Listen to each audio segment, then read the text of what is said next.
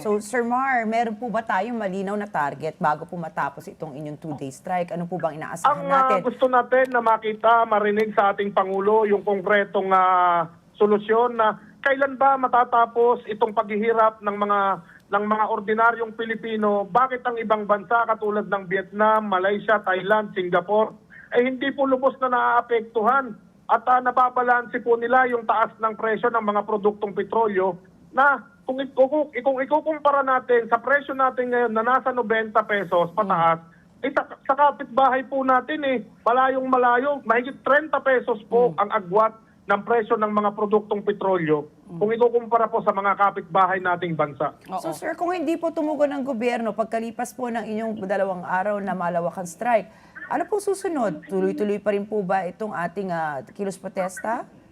Maaari pong walang protesta, maaaring walang tigil pasada, pero ang nakikita ko po, kung mapapansin ninyo, kung maaalala po ninyo nung mga nakaraang buwan na kung saan kasagsagan ng pagtaas ng presyo ng mga produktong petrolyo, talagang madami po ang huminto, kusang huminto, kahit hindi ka magpatawag ng strike, kusang huminto sa pamamasada dahil hindi na po kaya yung presyo dahil wala rin naman pong kinikita.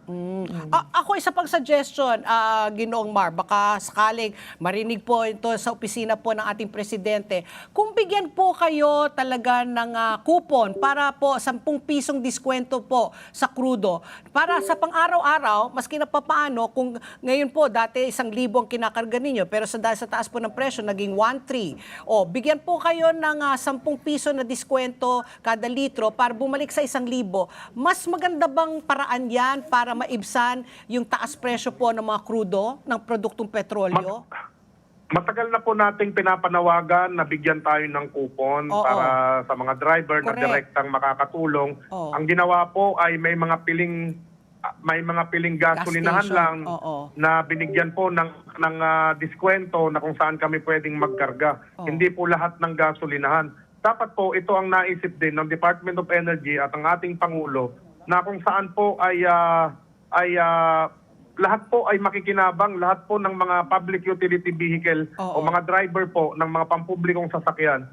Kasi po ito ay pili lang, minsan wala dun sa gasolinahan na to yung pangalan o listahan po ng mga plate numbers. So hindi po lahat naka-upload doon sa system po.